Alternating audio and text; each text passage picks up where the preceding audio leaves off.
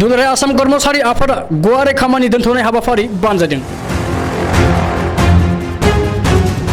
सारा आसामावनो दुलाराय सोरखारि कर्मचारी आफादा खुद्रिसारनाय हाबाफारि लानाय समाव बेरगावनि सोरखारि कर्मचारी आफादाबो बेरगाव महकुमा बेंगिरिनि मावखुलि दरखं मोखाङाव मोनसे खुद्रिसारनाय हाबाफारि बानजायो। बेरगावनि माखासे फोरोंगिरि गुबुन गुबुन बिफाननि साख्रि आवला बिथांमोना बाहागो लायो।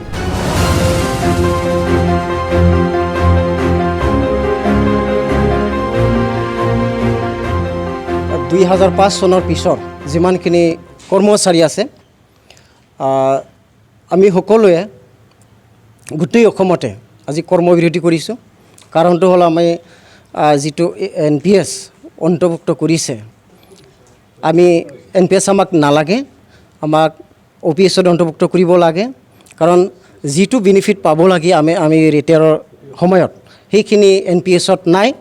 গতিকে আমাক OPS আমি ডিমাণ্ড কৰিছোঁ আৰু এই আমাক OPS নিদিয়ালৈকে আমি এই কাৰ্যসূচী আমি চলাই যাম। কাৰণ আমাক NPSত যিটো ছিষ্টেমত ৰিটায়াৰমেণ্টৰ সময়ত যিটো ছিষ্টেমত পইচা দিয়ে সেইটো আমাক নালাগে। কাৰণ তেওঁলোকে কি কৰিছে, আমাৰ যিটো পইচা ৰাখে চৰকাৰে সেইখিনি পইচা শ্বেয়াৰ মাৰ্কেটত তেওঁলোকে ইনভেষ্ট কৰিছে, কিন্তু সেই শ্বেয়াৰ মাৰ্কেটত দিয়া পইচা আমাক নালাগে। কাৰণ শ্বেয়াৰ মাৰ্কেটত সদায় আপ এণ্ড ডাউন হৈ থাকে। বহুত আমি দেখা পালোঁ আমাৰ যিবিলাক NPS কৰ্মচাৰীবিলাকে ৰিটায়াৰ হৈছে, তেওঁলোকে সেই ৰিটায়াৰৰ সময়ত তেওঁলোকে 700, 800, 500, 1200 টকা তেওঁলোকে পেঞ্চন হিচাপে লাভ কৰিছে।